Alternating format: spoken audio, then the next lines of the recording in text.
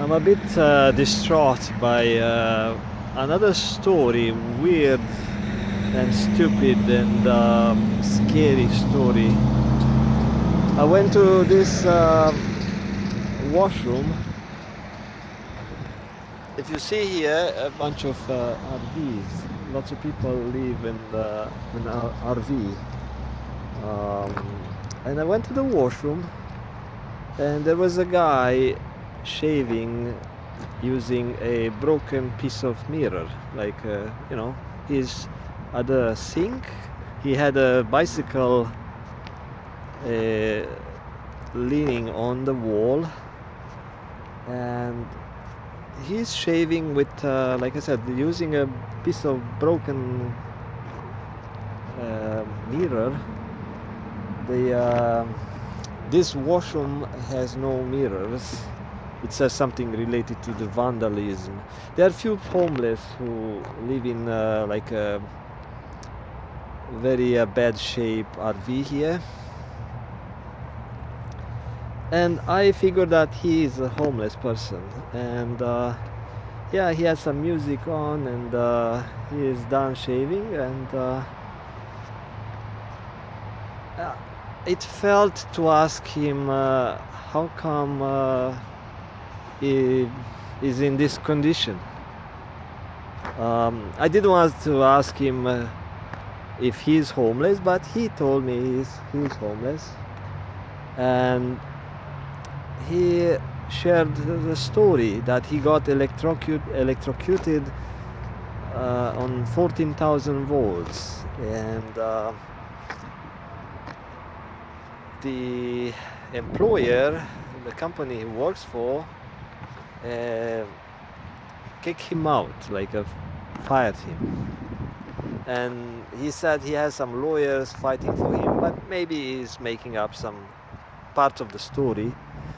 And so I listened, and he started telling me a story that is being shared with conviction, but at the same time he's not like trying to make up a story. It's like he had that story either made up and he shared it a number of times, so now he's like it's a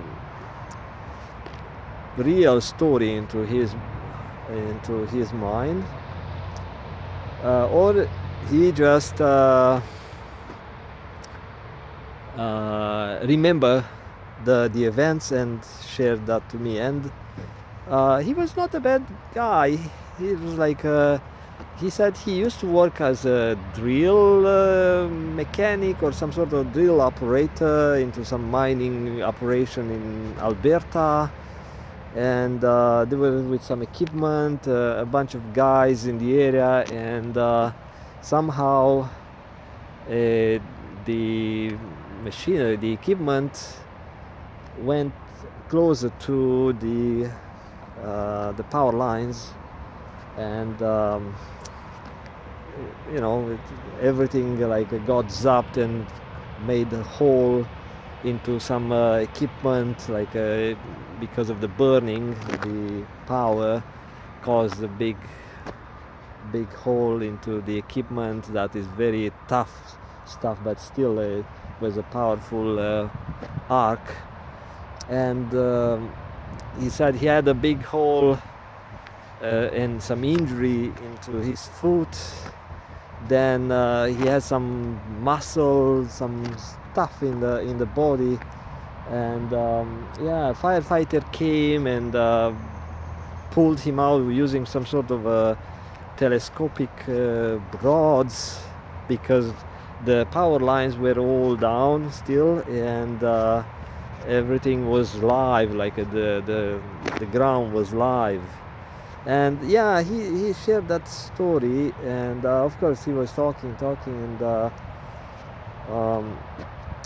I can't say if that's a real story, or he is a mentally ill person who has a story. But like I said, he shaved, so it's not like a guy who I think the fact that he shaves and he looks after himself a bit, it tells me that he used to be a hard-working guy, looking after himself. He said he had a good job making $200,000 a year working in Alberta. Then Biden came and shut down the part of the project and other things, and he had to come back to Alberta. I mean, to BC, British Columbia, and yeah, so he got the job, and yeah, they were doing some drilling and stuff, like a heavy duty equipment, and dangerous work, but paid well. And he said he was making 50 something dollars an hour. Then when they lost the job in Alberta, he was making only $31 an hour, which is still decent money. But he said, yeah, after that, he said he had 2 houses. Now, I don't know about houses and stuff. Like I said, some people are very creative, making up good stories. As he said, now he lost everything, and yeah, for the last 2 weeks he's homeless. So I thought to share that, life in Canada appear like a stable, appear, you know, you got the money and stuff, but yeah, a mistake or an accident or some unfortunate event can turn things upside down, and things change very rapidly, and yeah, people end up on the streets. Like this guy, I don't know what. He seems to have a better condition RV. Possibly in the back it's some storage.